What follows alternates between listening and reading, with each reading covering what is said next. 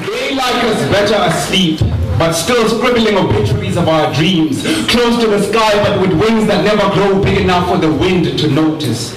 And dead, but not in graves, enslaved by paper, fingers of the same hand who grow to be strangers, enlightened, but in endless tunnels where no one ever knows where the light is. So the ones who wake up and know can only look back and dream about the bliss of their forsaken blindness. Dust the ashes of your brother's bones from your feet and worship the silence.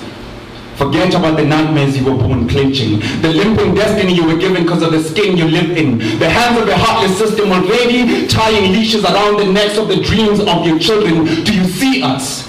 Do you see us trying to sneak in the color black in the rainbow, hoping God will listen?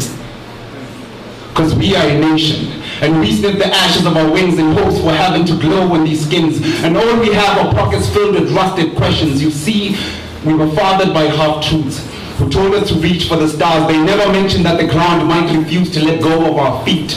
We are dressed in torn yesterdays with no shoes. The soil blisters our souls for forgetting our own names, and our days are slaves in desolate alleys where time unfolds like chains.